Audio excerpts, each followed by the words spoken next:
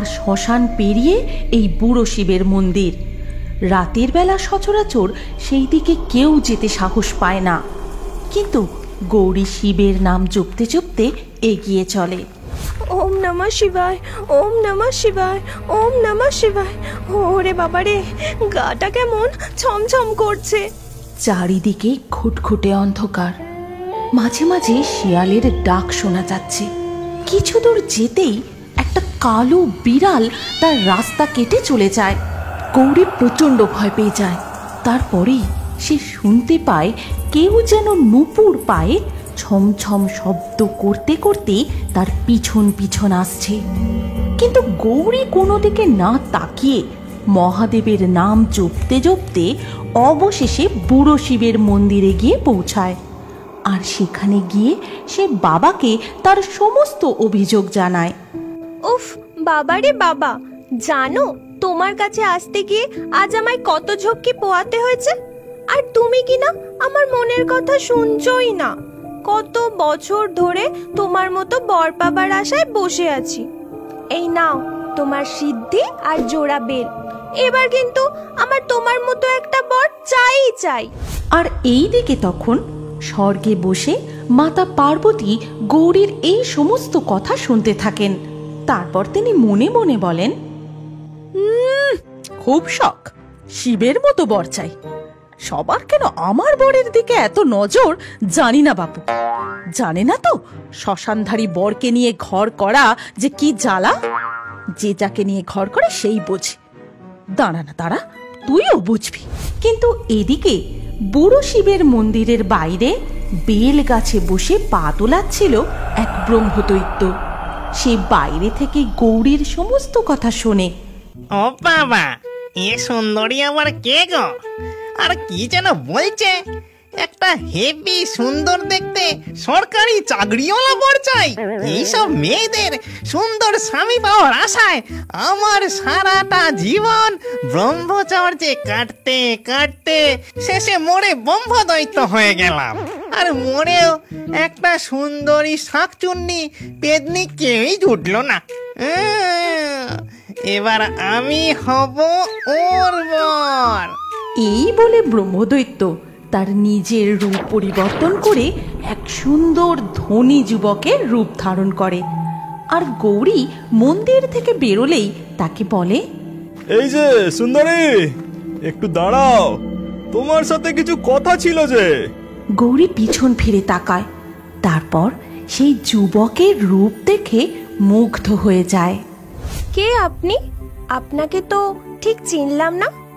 আপনি কি আমার পিছু নিয়েছিলেন নাকি? আমার নাম হলো কৈলাস। আমি পলাশপুরের জমিদার বাড়ির ছেলে। এখন শহরে থাকি। এই পথ ধরে এই পুরোনো বাড়ির দিকে যাচ্ছিলাম, তখনই তোমায় দেখি। আর প্রথম দেখাতেই আমি তোমাকে বিয়ে করতে চাই। এই কথা শুনে গৌরী মনে মনে বলে, তবে কি বাবা আমার মনের কথা শুনেছে? বাবাই কি তবে ওকে আমার কাছে পাঠিয়েছে? আচ্ছা বেশ, তাহলে তোমায় আমার বাবা মায়ের সাথে কথা বলতে হবে। আমার সাথে আমাদের বাড়ি চলো। তারপর গৌরী তাকে নিজের বাড়িতে নিয়ে যায় আর সব কথা তার বাবা মাকে খুলে বলে। আর এই সমস্ত কথা শুনে তার বাবা মা বলে, খোঁজ নেই খবর নেই, তার মুখের কথা শুনে তুই হঠাৎ করে এ কোন ছেলেকে ধরে আনলি? না না, এ বিয়ে কখনোই হতে পারে না। আমি বেঁচে থাকতে এ বিয়ে কখনোই হবে না। দরকার পড়লে তোর মনটাকে আমি কেটে টুকরো টুকরো করে দেব। কোনো চেনাশোনা নেই, কোনো খোঁজ খবর নেই।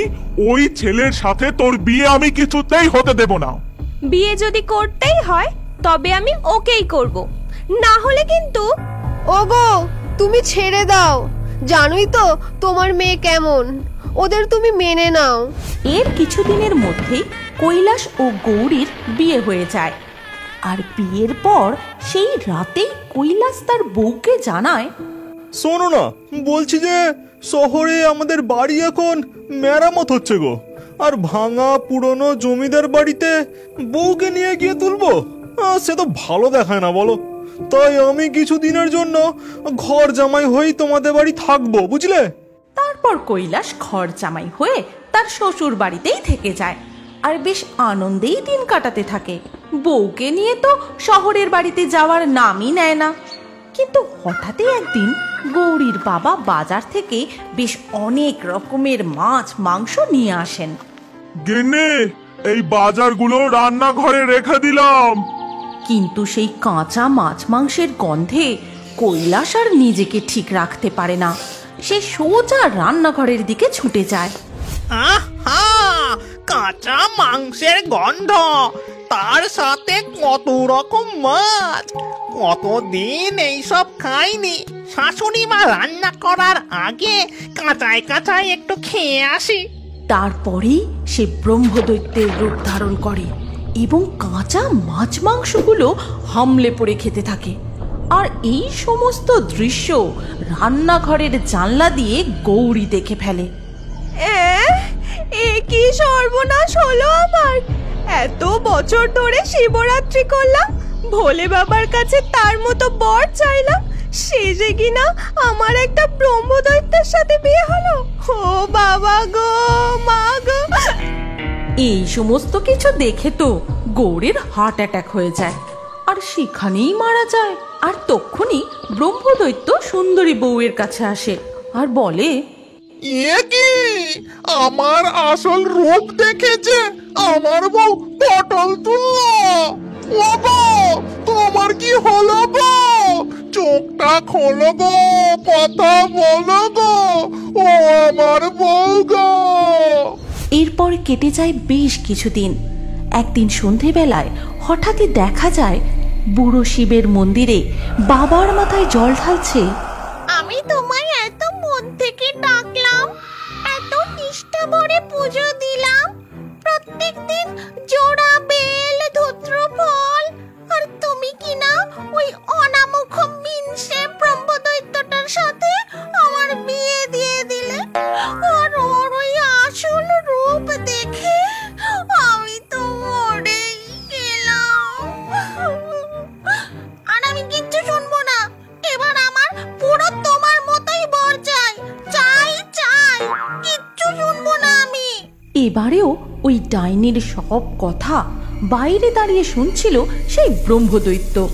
আর সব শুনে তার মাথায় এক দুষ্টু বুদ্ধি আসে আর সাথে সাথে সে ভোলা মহেশ্বরের রূপ ধারণ করে। তারপর বলে, আমি তোর ডাকে সন্তুষ্ট হয়েছি, তাই আমি স্বয়ং তোর বিবাহের প্রস্তাব নিয়ে এসেছি। ও বাবা, আমি কি ঠিক দেখছি? স্বয়ং মহাদেব আমাকে বিয়ে করতে চান? তবে আর এক মুহূর্তও দেরি করব না, আজ রাতেই আমাদের বিয়ে হবে। সাথে সাথেই ওই ডাইনি বিয়ের সমস্ত আয়োজন করে ফেলে আর বিয়ের পিঁড়িতেও বসে যায়। ডাইনির এই সমস্ত কার্যকলাপ স্বর্গ থেকে বসে মাতা পার্বতী দেখতে থাকেন। এ কি, এ আমি কি দেখছি? ওই বদমাস ব্রহ্মদৈত্যটা আবার মহাদেবের রূপ ধারণ করে ছলনা করছে। এত বড় সাহস! এই বলে মাতা পার্বতী প্রচণ্ড রেগে গিয়ে মহাকালীর রূপ ধারণ করেন। তারপর তিনি মর্তে আগমন করেন। ব্রহ্মদৈত্য, তোর সমস্ত কীর্তিকলাপ আমি স্বর্গ থেকে দেখেছি। তোর এত স্পর্ধা, মহাদেবের রূপ ধারণ করে ছলনা করিস। আজ তোর ধর থেকে মুন্ডু আমি আলাদা করে দেব। ও মা গো, আমায় ছেড়ে দাও মা। সারাটা জীবন বিয়ে হলো না, তাই বউয়ের লোভে আমি এই কাজ করেছি। আমার বড় অন্যায় হয়ে গেছে মা। আজ তোর কোনো ক্ষমা নেই, মুন্ডচ্ছেদ আমি করেই ছাড়ব। মা কালীর এই কথা শুনে শিবরূপী ব্রহ্মদৈত্য ভয়ে দৌড়তে থাকে। তার পিছু পিছু মা কালী হাতে খাড়া নিয়ে তাড়া করে। তারপরে হঠাৎ করে পা পিছলে পড়ে যেতেই ব্রহ্মদৈত্য তার আসল রূপে ফিরে আসে। আর তখনই মাতা পার্বতী খাড়া দিয়ে ব্রহ্মদৈত্যের গলায় কোপ বসাতে যান। অমনি সেখানে দেবাদিদেব মহাদেবের আগমন ঘটে। সেই মুহূর্তে ডাইনিও সেখানে আসে। শান্ত হও পার্বতী, ব্রহ্মদৈত্যকে ছেড়ে দাও। জীবিতকালে গৌরী লোভে পড়ে কোনো কিছু বিচার বিবেচনা না করেই বিয়ে করায় মস্ত বড় ভুল করেছিল, আর বারবার ছলনা করে ব্রহ্মদৈত্য অন্যায় করেছে। তাই এখন দুজনকেই শাস্তি পেতে হবে, আর শাস্তি হলো ডাইনি ও ব্রহ্মদৈত্যকে বিয়ে করে